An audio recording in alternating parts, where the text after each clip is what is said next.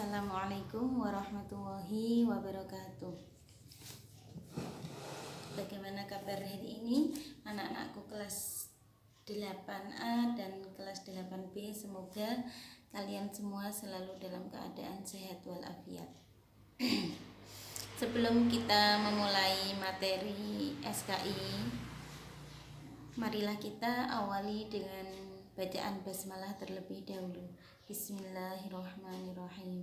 Semoga dengan bacaan basmalah ini dapat mempermudah kita dalam mempelajari materi SKI pada pertemuan kali ini.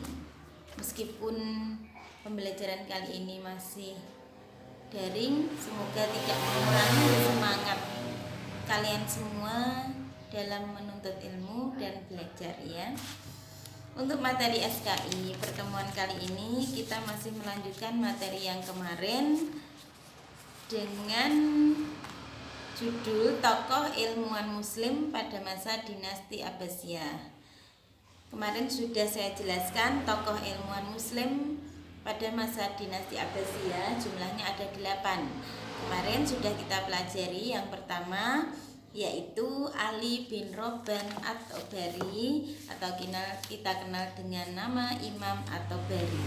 Terus yang kedua, Ibnu Sina atau terkenal dengan sebutan orang barat mengenalnya dengan nama Avicenna.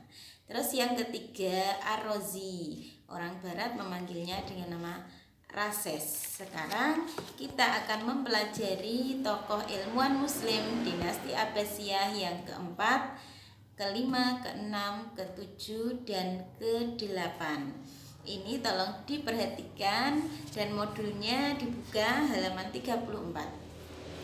Tokoh ilmuwan muslim yang keempat yaitu Al-Kindi. Kita lihat ini papan tulis ada Al-Kindi. Nama lengkap dari Al-Kindi yaitu Abu Yusuf Ya'qub bin Ishaq As-Sobah bin Imron bin Ismail Al-Ash'ad bin Qais Al-Kindi. Dia lahir pada tahun 185 Hijriah di Kufah atau 801 Masehi. Hidup pada masa pemerintahan Khalifah Harun Ar-Rasyid. Ini termasuk salah satu khalifah dinasti Abbasiyah. Makanya Al-Kindi dinamakan ilmuwan muslim pada masa dinasti Abbasiyah. Dia juga terkenal kepeduliannya terhadap perkembangan ilmu pengetahuan bagi kaum muslimin. Maka dari itu dia mempunyai banyak keahlian. Yang pertama, dia ahli dalam bidang filsafat. Yang kedua, logika.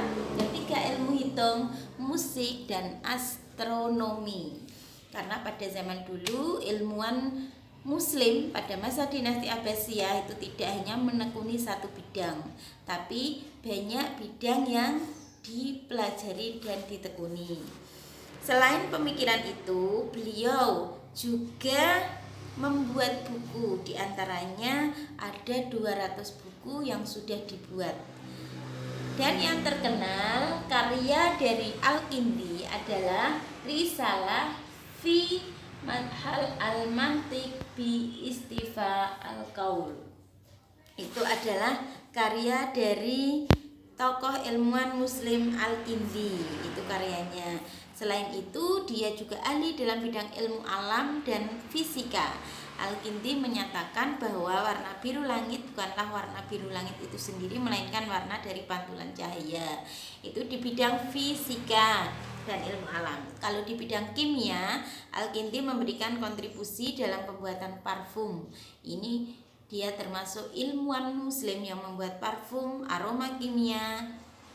Dan Al-Kindi juga menemukan teori yang berhubungan dengan pembuatan parfum secara kimiawi yang bisa kita manfaatkan sampai sekarang. Ini awalnya dulu berasal dari ilmuwan muslim pada masa dinasti Abbasiyah, yaitu yang membuat Al-Kindi. Sekarang ilmuwan muslim yang kelima yaitu siapa? Al-Ghazali. Al-Ghazali ini termasuk atau mempunyai sebutan Hujjatul Islam. Beliau lahir pada tahun 450 Hijriah atau 1059 Masehi. 1059 Masehi. Dia ini termasuk ahli dalam bidang tafsir, fikih, dan tasawuf. Beliau ini terkenal karya-karyanya sampai sekarang.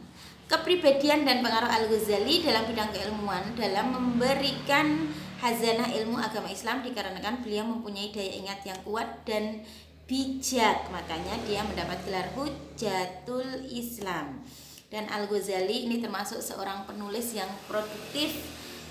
Diperkirakan kitabnya ada 300 kitab yang sudah dibuat. Di antaranya yang terkenal sampai sekarang yaitu Ihya Ulumuddin. Terus apalagi Maqasid Al-Falasifah, Tahaful Al-Falasifah, dan apalagi Mi'yar Al-Ilm, Al-Munqidh min Al-Dalal. Dan apalagi yang terbesar yaitu yang terkenal sampai sekarang masih dimanfaatkan yaitu Ihya Ulumuddin. Itu adalah sejarah pemikiran dan karya Al-Ghazali. Sekarang yang keenam, Ibnu Maskawayh. Ilmuwan ini kelahir di daerah Rai, Persia. Beliau lahir pada tahun 320 Hijriah atau 932 Masehi. Beliau juga mempunyai gelarnya yaitu filsafat, bapak filsafat akhlak atau filsafat etika. Dia juga mempunyai banyak keahlian, diantaranya ahli dalam bidang sejarah dan ahli dalam bidang filsafat. Dalam wawasannya, Ibnu Maskawayh lebih dikenal sebagai seorang filosof akhlak atau filosof etika. Dan karyanya yang terkenal yaitu judulnya Tahdzib al-Akhlaq wa Tahdzir al-Araq. Kitab itu berisi tentang pendidikan budi dan pembersihan akhlak.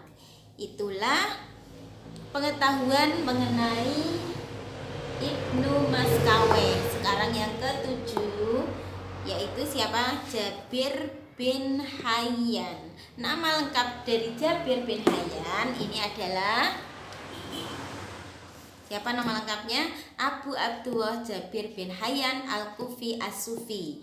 Ini nama lengkap Jabir bin Hayyan. Dia lahir pada tahun 721 Masehi dan dibesarkan dalam keluarga dokter. Tapi Jabir bin Hayyan mendapat gelar Bapak Kimia Islam yang pertama. Dia gelarnya Kimia Islam pertama. Di dunia barat dikenal dengan nama Jabir karena tidak bisa bilang Jabir, maka bisanya Jabir. Seperti Ibnu Sina, gelarnya di barat Avicenna.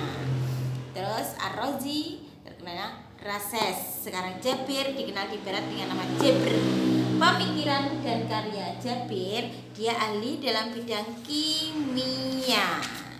Bahkan beliau juga mendirikan laboratorium kimia. Sedangkan karya dari Jabir bin Hayyan ini banyak.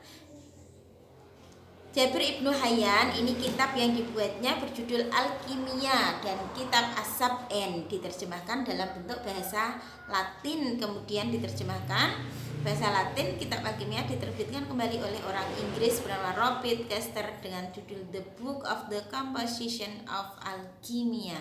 Ini buatan orang Islam yaitu Jabir bin Hayyan yang awalnya berasal dari dinasti Abbasiyah. Sekarang yang terakhir yaitu siapa? Al-Khwarizmi.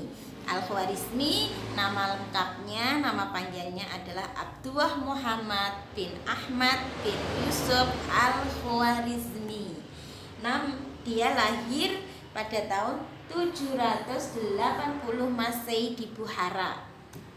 Di dunia barat dikenal dengan nama algoritmi karena nggak bisa Al-Khwarizmi, maka bisanya algoritmi. Tahu algoritmi? Algoritmi itu suatu ilmu yang ada kaitannya dengan matematika. Dia juga ahli dalam bidang apa saja? Falsafah, logika, aritmatika, geometri, musik, ilmu hitung, dan sejarah Islam dan kimia. Terus karya yang terkenal dari Al-Khwarizmi itu apa? Karyanya itu banyak, diantaranya Al-Jabr wa Al-Muqabalah, Hisab Al-Jabr wa Al-Muqabalah. Dan beliau juga mempunyai karya sistem nomor dengan memperkenalkan konsep sifat dan dialah orang pertama yang memperkenalkan teori kosintan yang kita pelajari sampai sekarang dalam ilmu matematika. Juga dia yang menemukan penyelesaian persamaan mengenai trigonometri, teorema segitiga sama kaki, dan perhitungan luas segitiga, segi empat, lingkaran, dan geometri.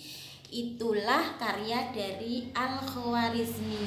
Jadi ilmu matematika awalnya dari ilmuwan muslim dinasti Abbasiyah, sedangkan kedokteran, kimia, semua ilmu pengetahuan umum itu awalnya dulu yang menemukan adalah ilmuwan muslim pada masa dinasti Abbasiyah, tapi sekarang diadopsi oleh orang barat dan dikembangkan menjadi lebih maju. Maka dari itu inilah tugas kita sebagai generasi muslim untuk membangkitkan kembali semangat kalian dalam belajar dan meneruskan perjuangan ilmuwan muslim pada masa dinasti Abbasiyah.